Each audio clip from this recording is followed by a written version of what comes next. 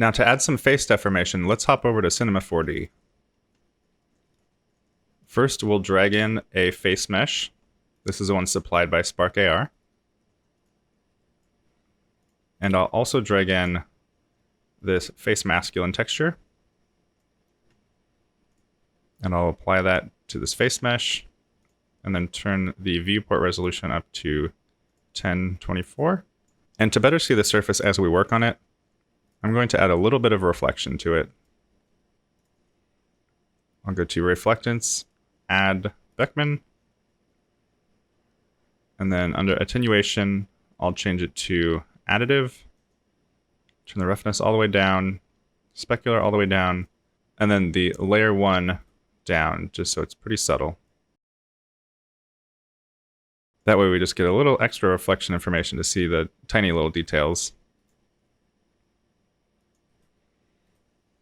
And I can delete this other material. And now we'll hop over to a different layout called Sculpt. And in here, if we hit NB to see our wireframe, you can see we have a medium resolution mesh here. But if we hit divide a couple times, if we do it a first time, it'll just initiate this. And then a second time, we'll quadruple the amount of faces. And we can do it again, and it'll make even more. And right now we have 20,000 polygons. We can increase it once more up to 80,000. Now we have a nice high-res mesh to work with. Now I'll hit NA to switch back to shaded view. And we can just start sculpting right away.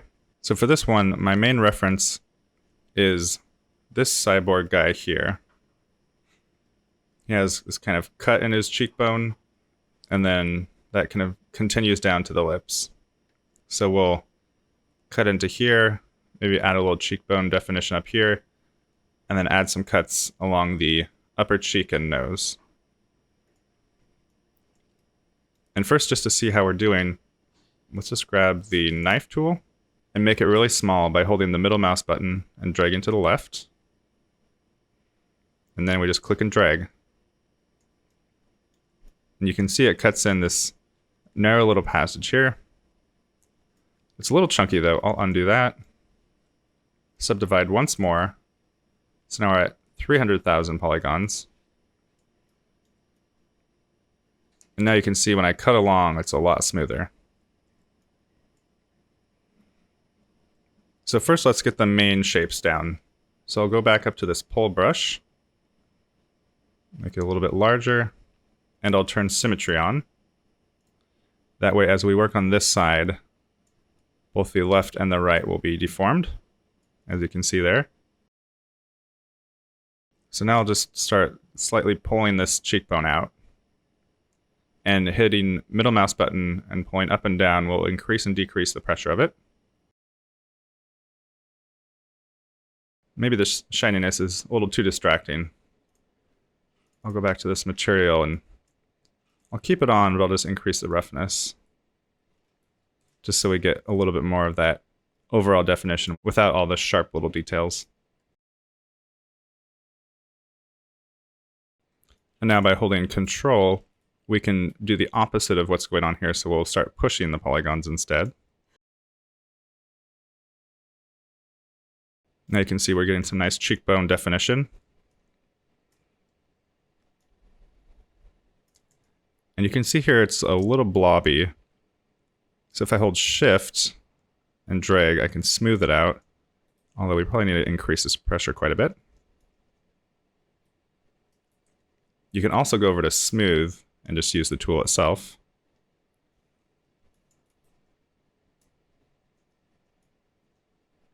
Now you can see that smoothing out nicely. There's still a little notch in there. So that looks good for the overall cheekbone area. Now let's start cutting in some smaller details. I'll switch back over to the knife tool. And this is still nice and small, but let's turn down the pressure quite a bit,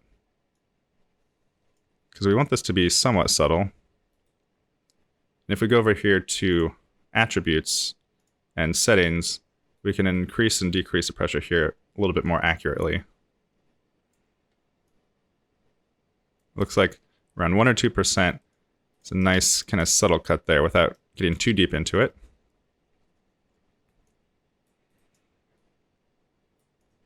And down here under draw mode, we can change it to line.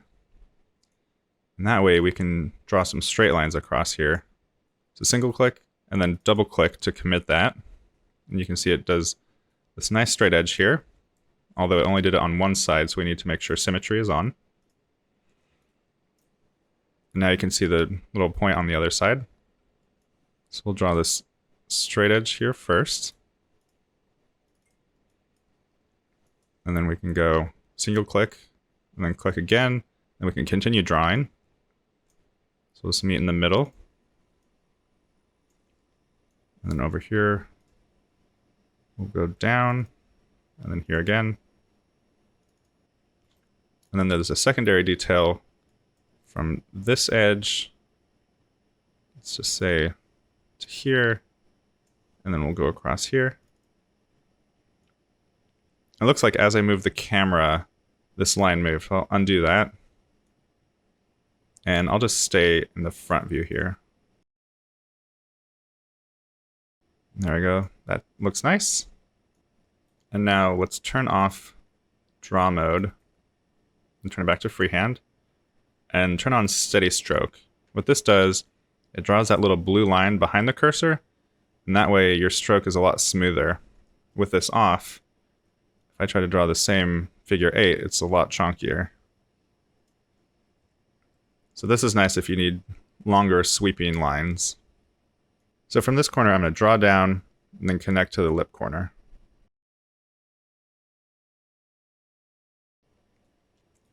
Now let's draw another line that connects down here. It almost looks like there's actual little notch down here already from the texture.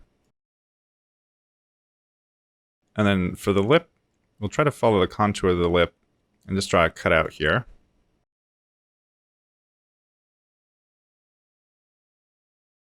Now let's draw kind of a cutout in the forehead area. We'll switch back to line mode. And we want it to be fairly straight across, so let's just try from here and go in. And then we can take this edge and just go straight up. And maybe we'll just add a little notch in here as well. All right, that's starting to look really good. Let's go back to the pull brush and maybe pull in this little area right here behind this cut.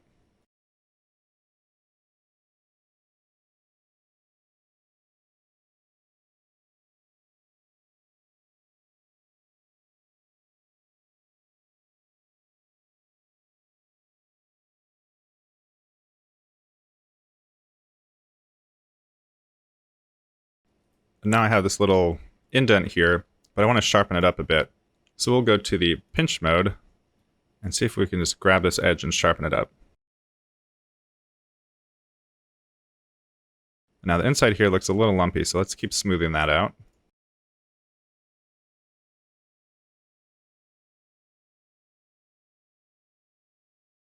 And now back to the knife tool. Let's cut in this inner edge and make sure it's sharp.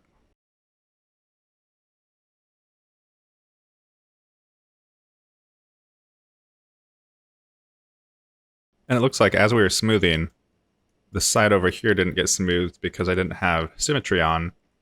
So what we can do is use this Sculpt Symmetry option. And we want to mirror to the positive X along the X axis. So let's see if that'll take this information and smooth it out over here. And there we go. That looks better. Now it looks like it matches again.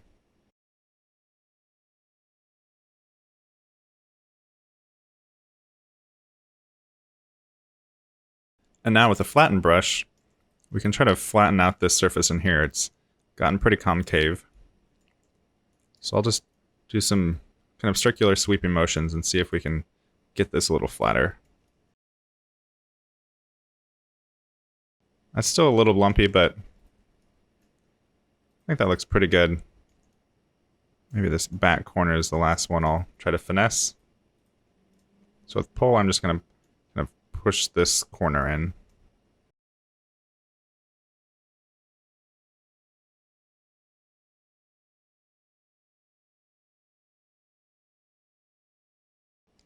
And now I'm just going to do the sculpt symmetry again, just in case I missed anything. It looks like one of the tools wasn't symmetrized. And now we have a pretty cool model. And if you see up here under levels, if we turn this down, we lose all that information as we go back to this low-res version. But all that data is still stored in the super high-res version. So thankfully, we can bake down this information as a normal map. So to do that, we go to Bake Sculpt Objects. And then we'll choose a PNG. We'll make this 2048.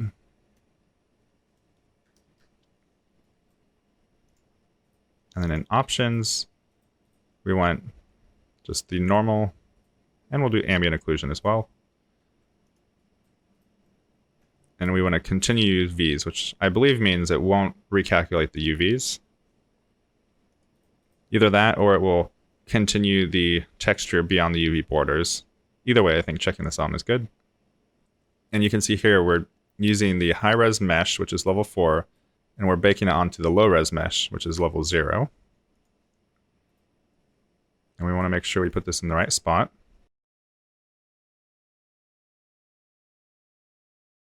And clicking this preview button, we can see if it looks right.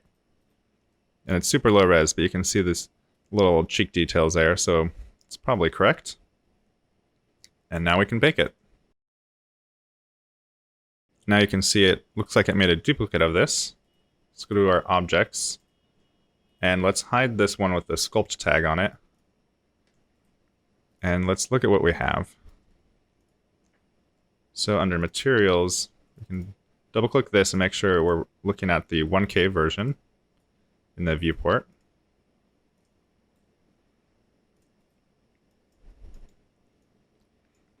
So we have these cuts still intact. This hole's cut out here. Everything looks pretty good. But if we switch over to the wireframe view, you can see we have a very low-res mesh, but we still get these high-res details from that normal map. So now we can texture on top of this and have all this extra information baked into it. So before we get to texturing, let's just export this and make sure it works inside of Spark. I'll switch back to the startup view. And then with this selected, I'll go to File, Export, FBX. And we want to include normals, and the Fong is good. And this will make another folder called Exports. And call it Zuck Face 001. And then back in Spark, we'll navigate to that folder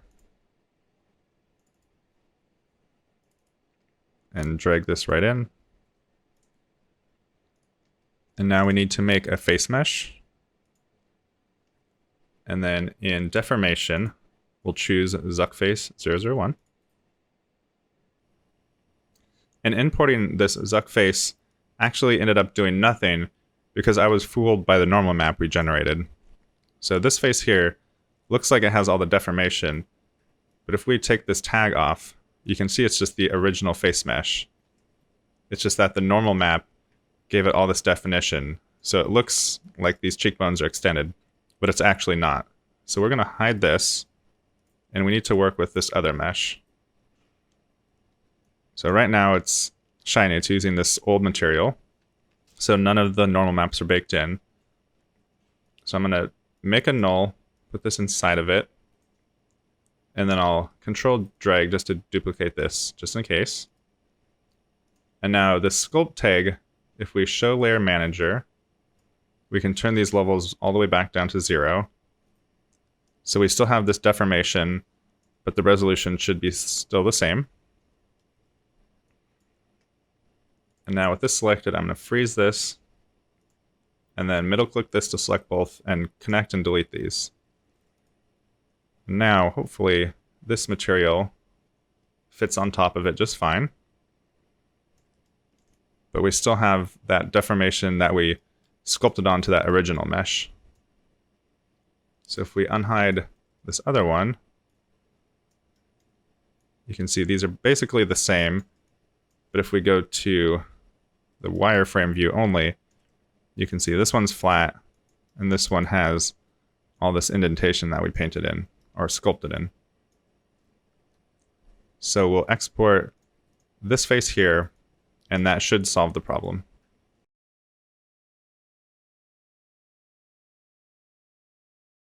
We can just delete this old one.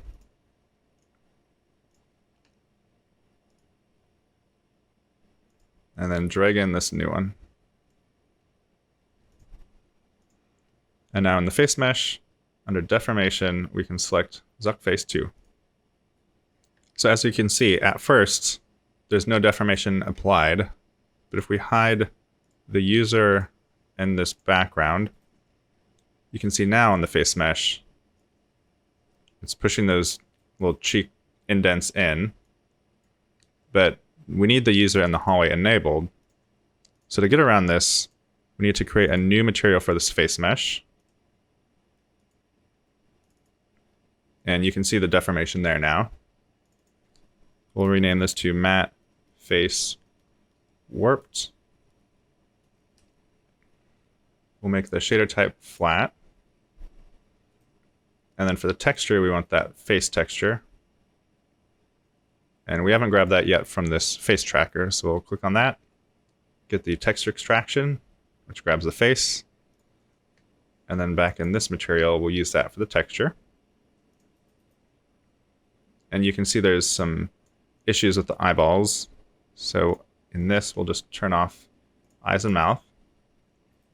Now you can see this is working. There's a little bit of stretching if we get a little too far to the left or right. But you can see it's working now. We can delete this face warp material because we're not going to be using that. Now that we have the base of the face figured out, we can duplicate this face mesh. We can rename this face mesh, let's just call it reflection for now, and make a new material. And this one, we also want this distortion to be enabled. Now in the material, we'll rename this matte face normals. All right, now looking at this normal map we baked out, I noticed it's baked with world normals and not tangential normals. Let's go back into Cinema 4D. And with this high-res mesh selected, we're going to bake this down again, but this time we're only going to use tangent normals and not world normals. So you can see under options, no, under settings, the method was set to object before. So we get pink on this side and blue on this side, but we want most of the color to be the same and only the details to be colored. So if we switch to tangent and preview, you can see the flat surfaces are purple, but then the details have color. So we'll bake this down again. Now this looks much better. So back in Spark, if we first convert this to a lower res texture,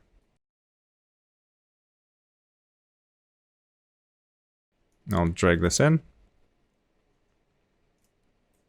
And now on this new face mesh, if we add the normals, if we add in the normals here, it should look as we expect.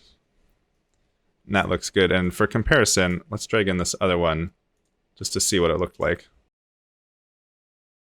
So this is with the world normals. And you can see it totally changes the way the light hits it. And then this is with tangent normals. So only the extra details are added. So now we have this normal face with the deformation applied, and then this mesh, which we'll add all the textures to. So we're off to a good start for this cyborg face.